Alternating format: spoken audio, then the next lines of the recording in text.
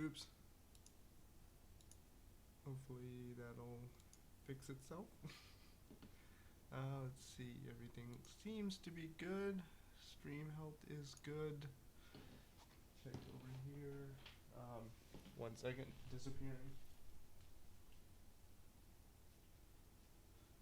Didn't have to disappear. I don't know why I did. I had the freaking remote right here. I'm basically checking something on the TV over here. Because, you gotta.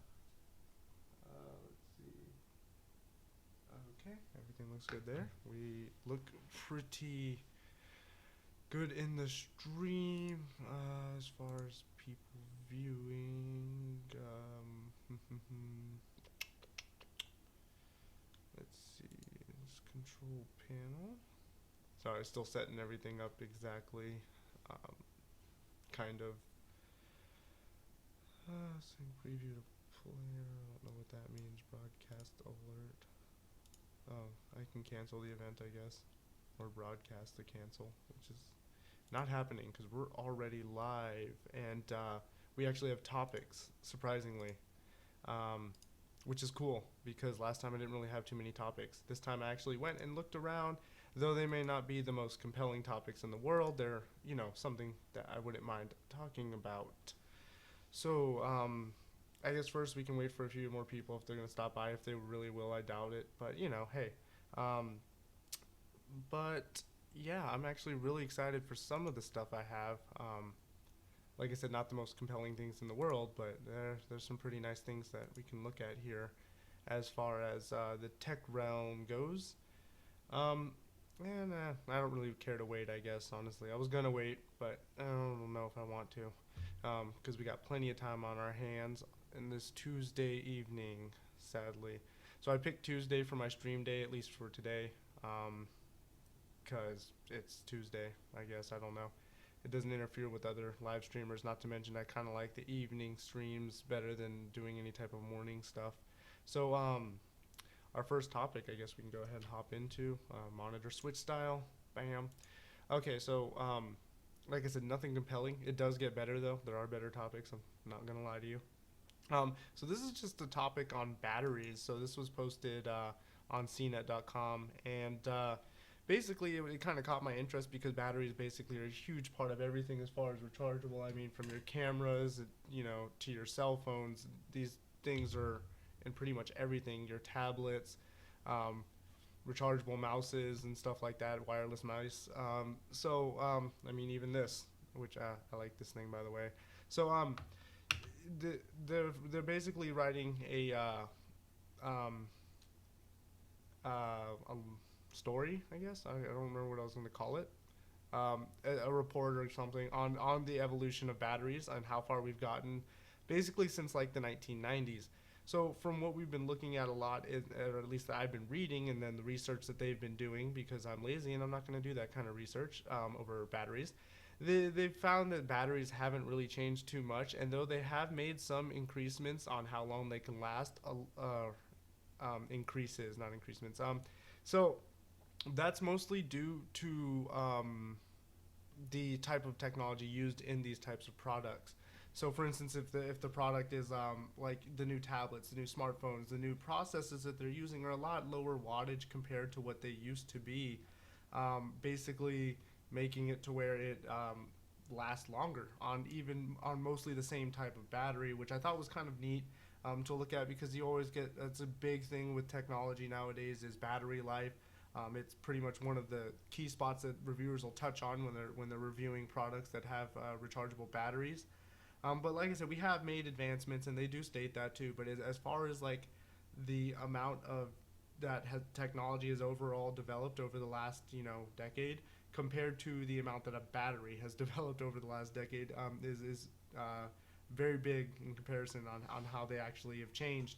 And like I said, longer battery life. Though we have been getting longer battery life out of our products, it's mostly due to the efficiency of the hardware in said product more than it is compared to the actual battery getting better. So I thought that was kind of cool that there was something actually kind of pulling it out there because, like I said, this is advertised all the time. Batteries, they last longer now with this new type of battery. But batteries have basically been more or less the same with some very few changes. So we'll move on to some of the topics are just going to be quick overviews that I just found interesting, like Windows 10 phone for $139. You can get yourself a Windows 10 phone. Granted, it's not the best screen resolution. The camera's not the best. It's got 8 gigs of internal storage. It's not like your premium phone, but for $100, compared to the $700 price tag they've been throwing on phones nowadays, it's definitely nice to see some form of competition where you can actually get a phone. Like for me, I'm actually a Windows phone person. I have a Lumia phone,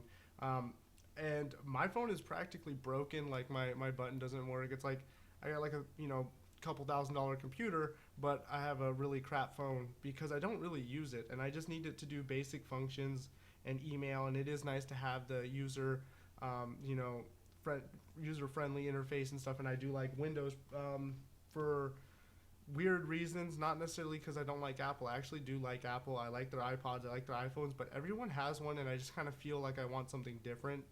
Um, and Androids, I don't really care for Android phones. I just like the layout that Windows has brought to their phones. So I really like this. I thought it was actually kind of neat because the phones usually for Windows are pretty pricey when they come that, or they're just not that good. And I'm hoping that the Windows 10 is better than the Windows 8.1 or whatever they put on this one. I hope it's better because I've had some problems with that phone. So that was just a quick one. So now we can get into something pretty big. Now this is actually pretty big, as you can read from the title from extremetech.com. Asetek demands that AMD suspends the sales of Fury X and then goes after Gigabyte. So this was a pretty apparently big thing because but I didn't hear about it up until obviously this was posted yesterday.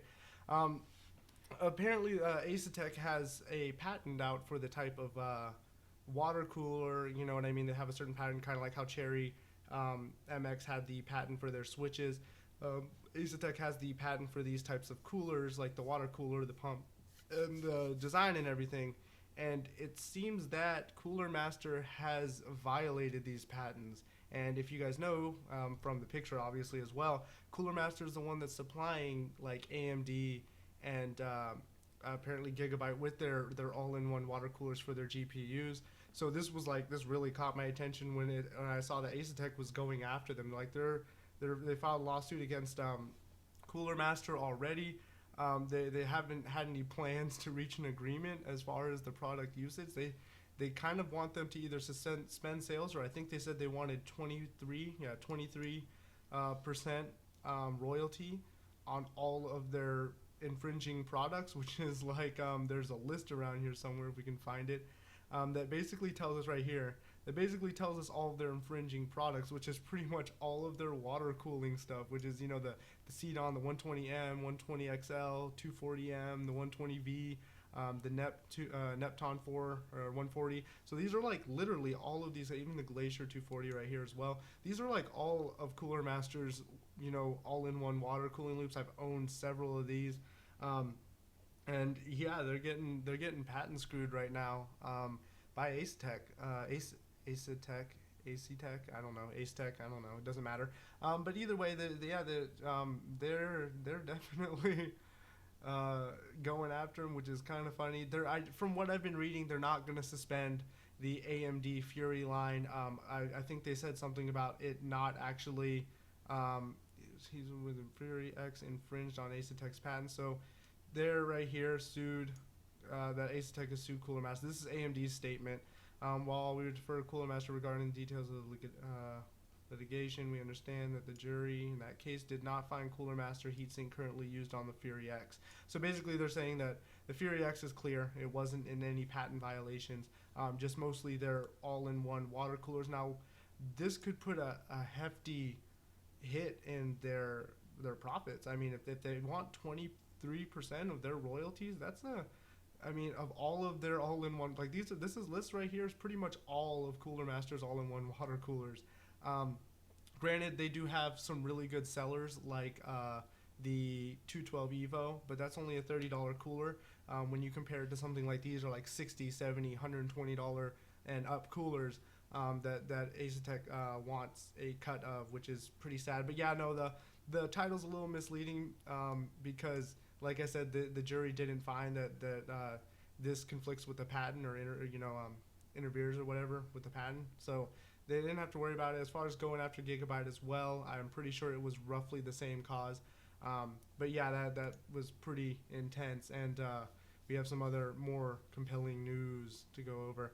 And this one is from Tom's Hardware. Once again, a very reputable source when it comes to stuff like this. So, investigating reports of Intel Skylake CPUs damaged by CPU coolers. Damn, that sucks.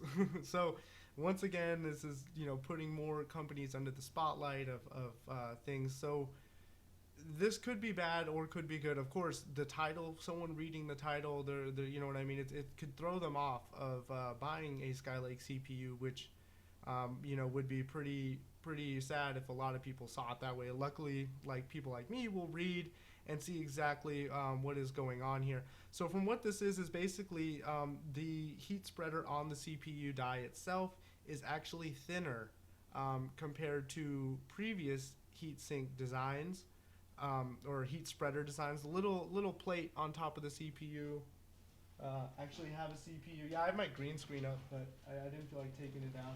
Let me see if I can find a CPU and give you guys like an actual look of what we're talking about here. I know I have one in a drawer around here somewhere. I don't know where it went. But oh, there it is. So basically what they're talking about is that as far as this goes is we have a, what is this, a Q6600, I believe. So if we take a look at our CPU, you see that metal heat spreader? That's what they're talking about. Basically, they're saying that this metal on the top of the CPU die is actually a little bit thinner, like not enough to probably really tell by looking at it. It's probably within fractions of an inch. So what's happening is that's thinner. So basically, the coolers are actually crushing the die because it's thinner and cannot withstand as much force, is what they're kind of leading towards. But then there's another story to it, which kind of makes it seem like it might be the cooler provider's fault, the manufacturer's fault, because both CPUs are rated at, I think, 50 pounds of pressure on it. So either Skylake or Intel is lying about the amount of pressure these CPUs can take, or the turn side is that the coolers are making their coolers not fitting regulations and only applying 50 pounds of pressure, or it could just be user negligence. I mean, you tighten your cooler down too much, but the cooler is supposed to be made to where it won't put more than 50 pounds onto the CPU, is what they're saying. And they say that they might be skimping on that area, or like I said, it might be Intel's fault. So they haven't really completely figured out yet. But there has been a few coolers in a company so far. So Scythe has been the only one that has been completely affected by this, because they had a handful of coolers that were problems. They've reached out to several other companies, obviously coolermaster, Corsair, NZXT, some of the main ones, and they haven't heard anything back from them yet. So we'll hopefully see more on it in the future. But basically, it's just saying if you have a Skylake CPU, be careful when you're tightening it down. Don't over tighten it too much. You should be able to tell what tight is. It doesn't need to be death tight. It doesn't need to be death gripped onto your CPU, because you definitely don't want to crush your die, especially if you have something pricey like an i7, because that could be a huge waste of money. So, like I said, once again, just be careful with your CPUs. But I thought that was a really interesting story. As like I said, because it takes two sides. It could be the manufacturer or it could be Intel itself. It's not really completely made sure. But hey, cool. That's some nice tech news to know if you do have a Skylake processor. And then there's another one right here. Third-party CPU coolers applying too much pressure and crushing the die.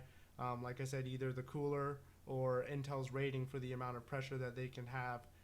Which, crushing your die will destroy your CPU, so always be careful.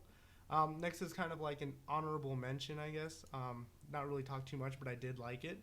So Asus ships out their 1440p panel, which I'm a huge fan of 1440p. That's my preferred resolution right now, with a 1mm thin bezel. And that's basically the selling point for this. The 1440p is an awesome thing, but it has a 1mm bezel. Now, my turn off with this was it's only a 25-inch panel. which I'm accustomed. I like the bigger panels. I like it, bigger screen is always nice. I like a lot of screen real estate.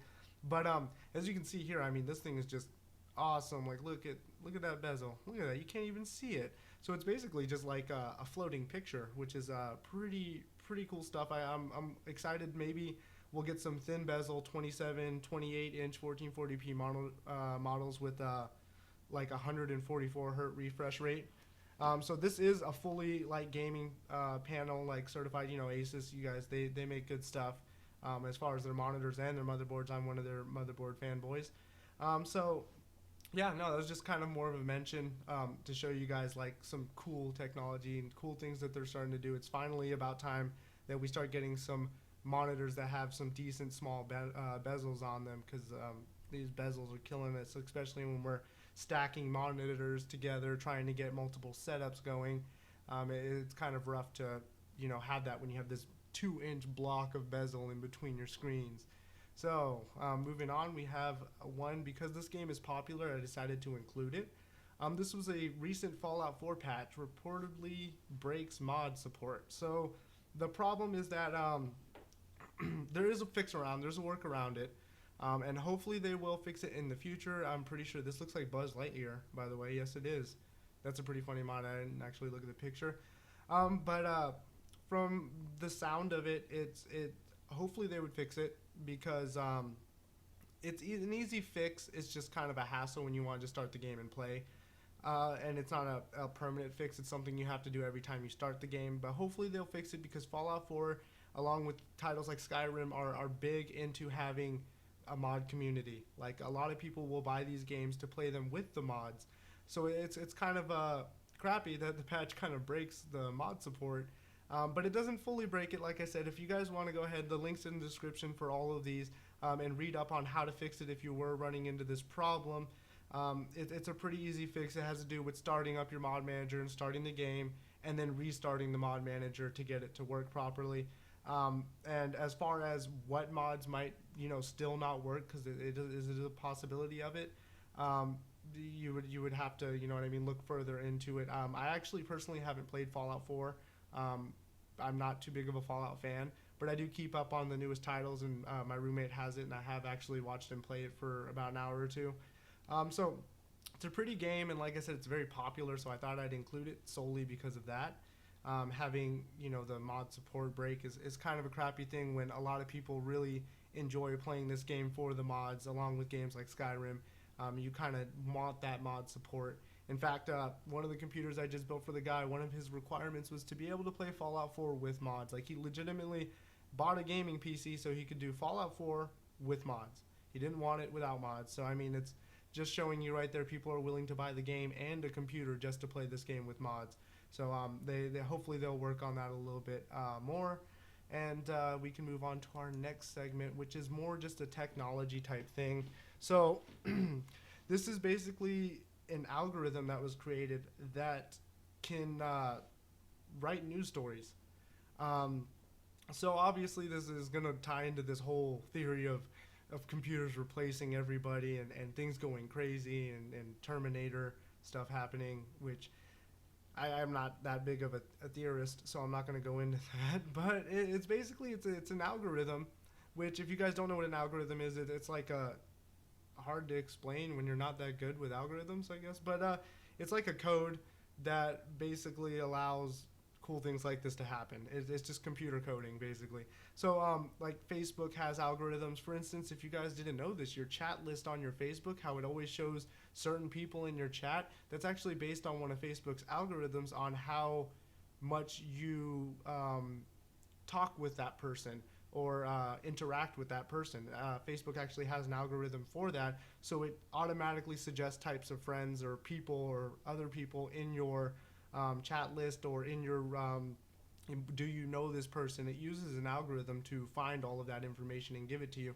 So these algorithms are very real and very interesting, and also extremely just groundbreaking. I mean, when you have someone that can basically, not someone but a computer that can sit there and intelligently not watch something happen, but gather information with its algorithm on something that's happening, and then tell a story about it. And right here at the bottom, we do have the article that was written by a robot, technically, I guess you would call it, since that's what they called it right here.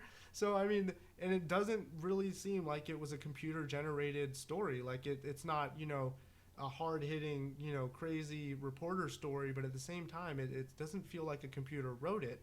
And it's just kind of really fascinating that we're getting that far and advanced in technology that we're coming up with these sort of AI like type things, which once again, mind blowing that things like this have been coming to surface recently. So we'll go ahead and read the story real quick. It's let's see, I don't know, 5 innings. So baseball. Fiona fell 8-10 to the boys' ranch in 5 innings on Monday, despite racking up 7 hits and 8 runs. Fiona was led. Am I saying that right? Fiona was led by a flawless day at the dish hunter sundry. So it's like it's legitimately telling a story, which is, and like I said, this is computer generated, basically by just pulling up facts with its algorithm, pulling up the scoreboard and pulling up information on what was going on that day, and then writing a story about it, which is, once again, like I said, really, really cool stuff. Another one is more PCE parts and released, the last two. In fact, my favorite two of the day. So this is Corsair's design low profile liquid cooler.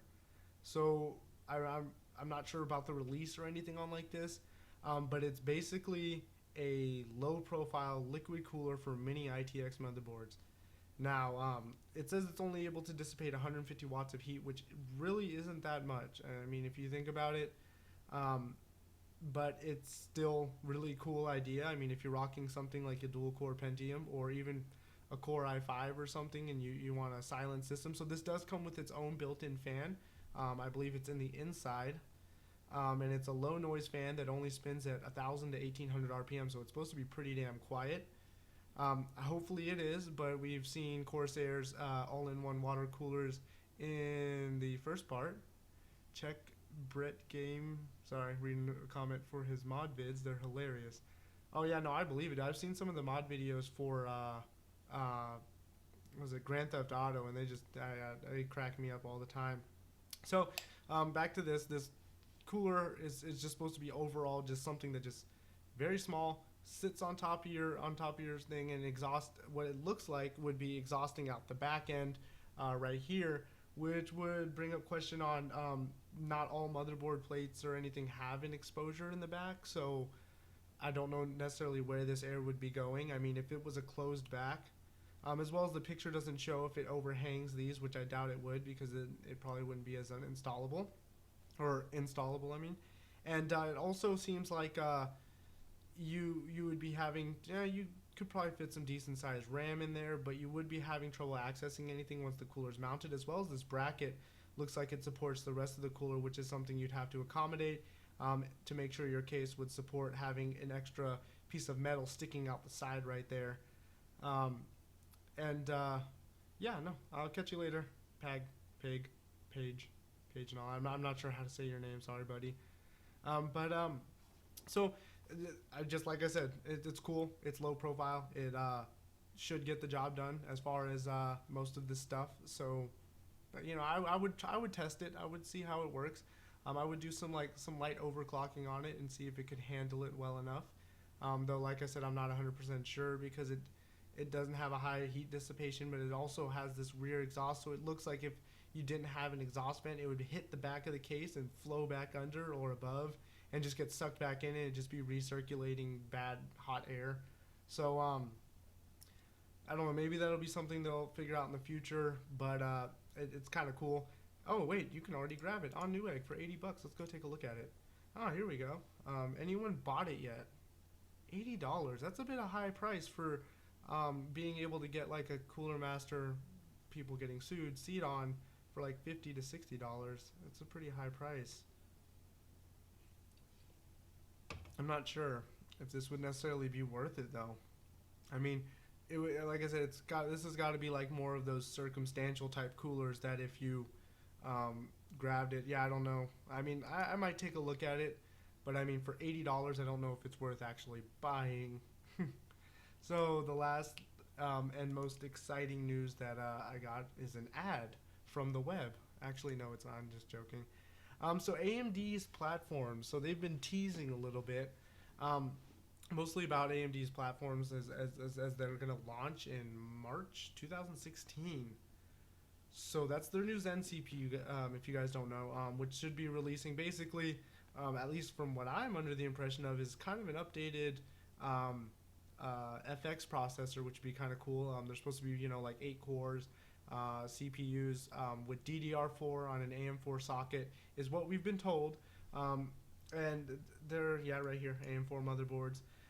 So they're hoping, or I'm hoping, I don't know who obviously this website is from digitaltrends.com, is hoping that they will be releasing these soon. Like I said, I would really love to see what they have to offer. I'm not a fanboy of anything, but I do personally like AMD and would definitely like to see them do good. So I'm kind of excited to see what's going to happen when it comes with this, especially with the release of DirectX 12, which should be out by then, at least in 1 or 2 games by March, I would hope. I don't remember what the release dates were, but either way, it's just basically a full talk about why they think that they might be released as soon as March, between AMD employees leaking information and stuff like that. But like I said, extremely excited.